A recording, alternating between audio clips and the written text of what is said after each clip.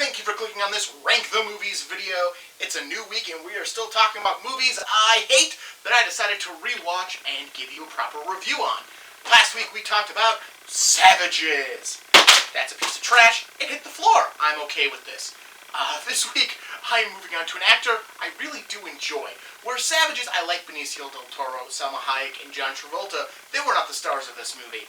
It was Aaron Taylor Johnson, Blake Lively, and Taylor Kitsch. They're actors. I know who Blake Lively is the one. Like, that's my answer at that moment. At this exact moment, I know who Blake Lively is. So I'm gonna now talk about a movie actually starring someone I like and I think is a good actor, and that's San Andreas, starring The Rock. Now, here's the thing: when you do as many movies a year as The Rock does, which is a small assload, yeah, you're gonna make bad movies. Also on this list could be Skyscraper. I could have put Skyscraper in this review as well, and did a Rock stupid movie double feature. I did not, because Skyscraper is also really bad. Maybe if I do a round 2 of this down the line, I'll add Skyscraper to that one. It's bad.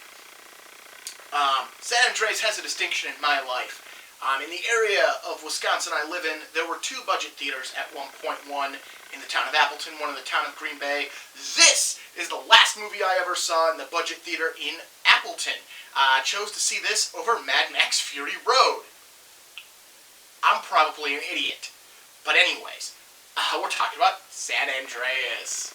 I had a lot of thoughts on this movie the first time I saw it, which is kind of why it lent itself to me doing it for this, kind of arc on the channel.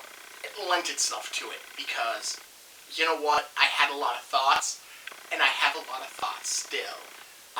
So the movie is about Dwayne "The Rock" Johnson, who works for the LAFD, Los Angeles Fire Department, as a helicopter rescue captain. Basically, he pilots the helicopter and commands the other men in the helicopter. He's being interviewed and his crew by a reporter. The crew are pointless. They never come back. Who cares? We don't need to talk about this rescue. It just opens with a rescue.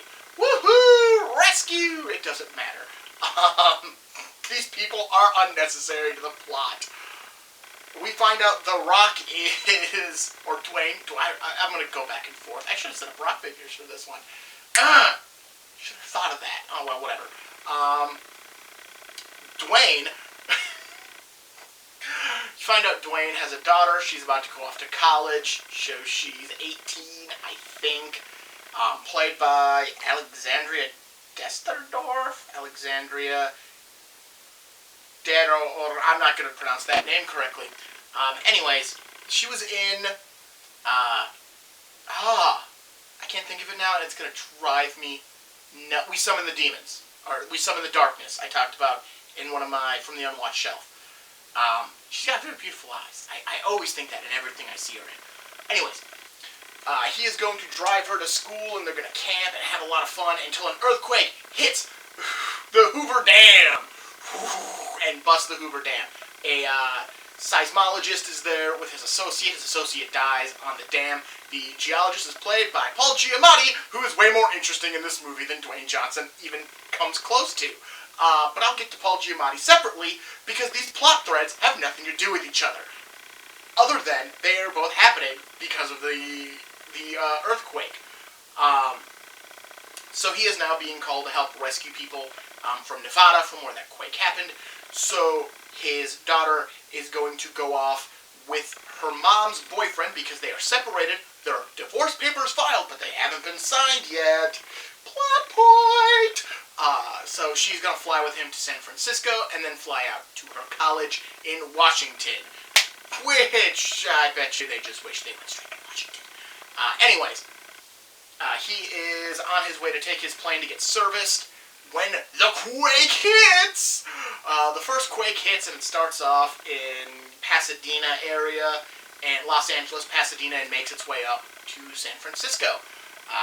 So the girl is trapped in a car, the daughter is trapped in a car, and his separated ex-wife with a boyfriend is trapped at the top floor of a building because there's a restaurant there, and she was meeting her boyfriend's sister who dies like 10 seconds after you meet her. Literally, she has like 2 lines of dialogue. Then she walks out a door and is never seen from again. But the door is opened a subsequent time, and you see there's nothing there. She died, big die, like building fell, die. This is how important characters are to this movie. So, anyways, the daughter meets before the quake. She meets a pair of brothers who are interviewing to work at the boyfriend's architectural firm. And she strikes up a friendship with the little brother, and she kind of has a half relationship going with the older brother because she gives him her phone number even though she's going to be in Washington, and he might be working in San Francisco, but if he don't get that job, he's from England. That is long distance in huge measures.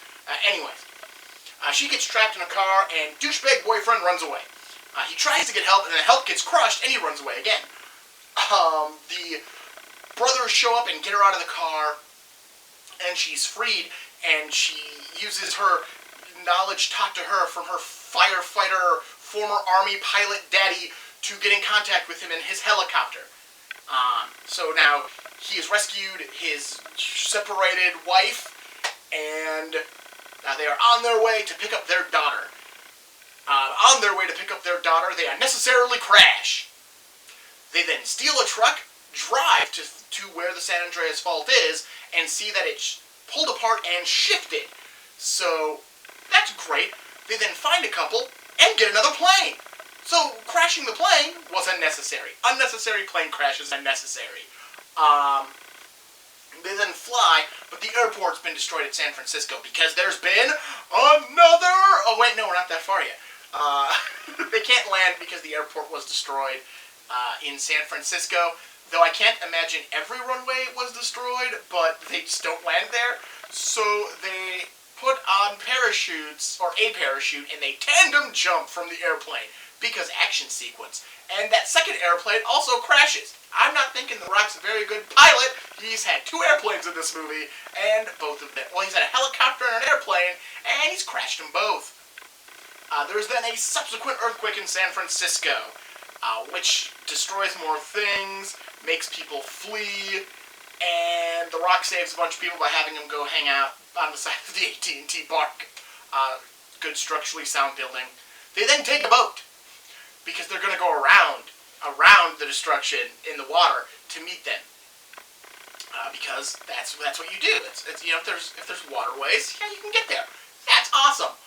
They then find out that the place where they were going to meet them is destroyed, and they both go, she would have went to higher ground. She would have went into a skyscraper, which is really funny because he would later go on an egg movie called Skyscraper, which is basically a disaster film in a singular building. Anyways, digressing. With a big room full of mirrors. Okay, digressing.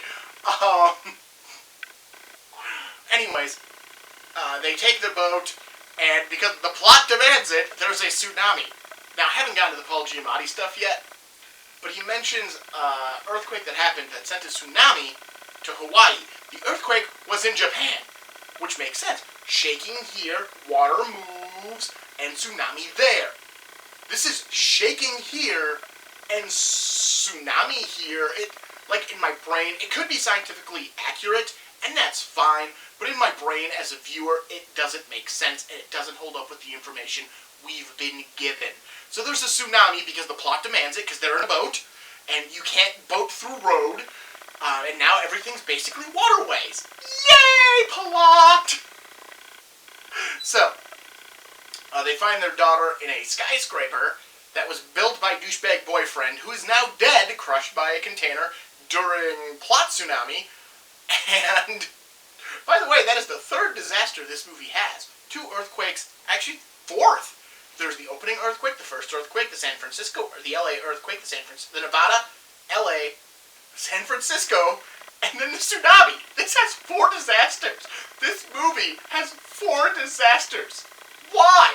Why does it need 4? I've watched so many other disaster films. You know how many disasters? That 1. You have the disaster, and you have, aftershocks and backlash. This is legitimately 4 different disasters. Because the tsunami makes no sense, in my brain, as the viewer, it has to be its own disaster. Although it's definitely caused by the second earthquake. it's still a disaster all on its own. They find her in dead douchebag boyfriend's building that he's been building because the plot had him talking about it earlier, bragging about it as his child, and his child is dying as well. The Rock swims to his daughter, but she's trapped behind rubble in a room with glass separating them. And he doesn't try to break the glass. At no point, and I get it, maybe he couldn't get the leverage under the water to break the glass. So okay, maybe that's fine. Maybe I'll allow that. And there's stuff blocking the door. So she gives up and she drowns. And that's when he hulks up and busts through that crap, which if he had stopped trying to, comfort his daughter and just busted through it, probably would have gotten to her before she drowned. Probably. Saves her, they all get on the boat, and they flee the building as it crumbles, and she doesn't die because... Why? Of course she's spitting up the water after an unnecessary long amount of time. I am CPR certified, and I can't believe that she lived. I'm sitting there going, that is way too long. That is way too long from when she drowned to when she spits up the water. And he started doing CPR pretty early. It took him, he just got to oxygen and started doing CPR, basically. It still takes a good 5 to 10 minutes. Which, again, it could be very possible someone could come back after all that. Highly unlikely in this situation. She was underwater, because he watched her drown, then he hulked out on the door. So she was sucking water for a good 45 seconds before he got her, and then he had to swim to oxygen. So we're talking minute and a half minimum. She was without air. But whatever, everyone's happy, and it looks like the divorce papers aren't necessary. Yay!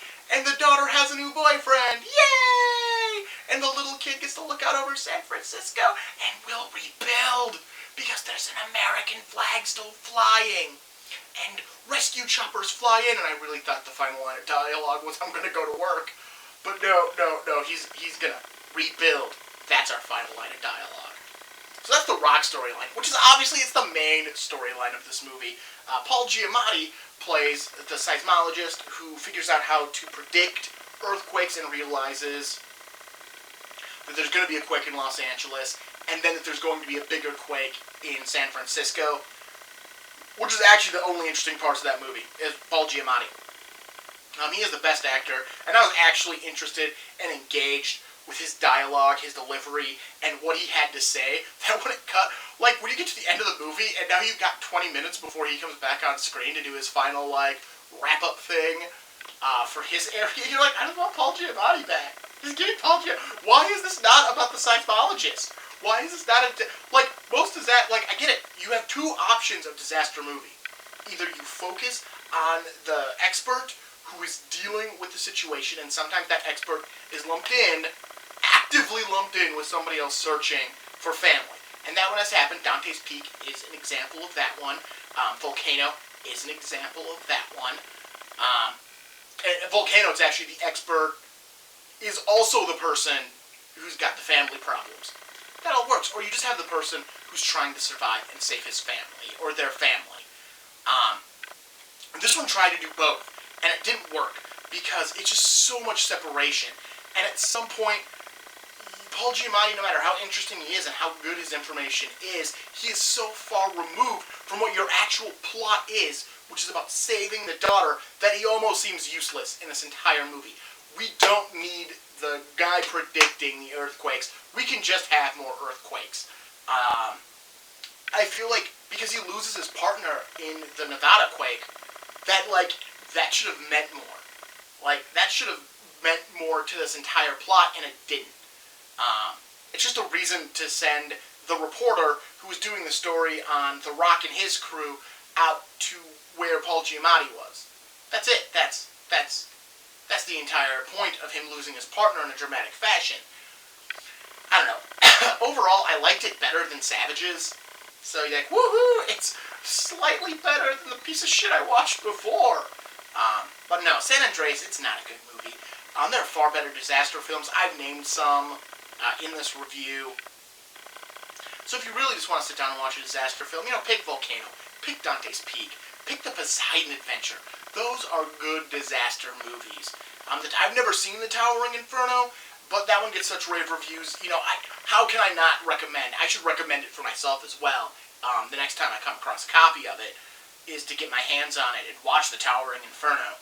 But yeah, San Andreas is not good. It is not a good movie. Like I said, it might not be The Rock's worst movie, because that might be Skyscraper. And like I said, if I ever decide to do this again, I'll probably put Skyscraper in there. Or I'm just going to end up adding Skyscraper somewhere in the future, just because the title bells. Just because, you know what, I've said it so many times now. But yeah, so San Andreas is crap. Next week we move on to the ones I knew. Like, Savages and San Andreas were ones I thought were bad. Might have gotten some redemption on a second watch through. Next week I watch Chronicle, a movie I hated so much, with such passion when I saw it for the first time, because I didn't know I was going to see it, that it became my least favorite movie of all time, up until it was taken over by a movie we have later this month. So tune in next week for my review of Chronicle. Until then, don't forget to hit the like button, subscribe, share, comment if you got something to say. Maybe you love San Andreas.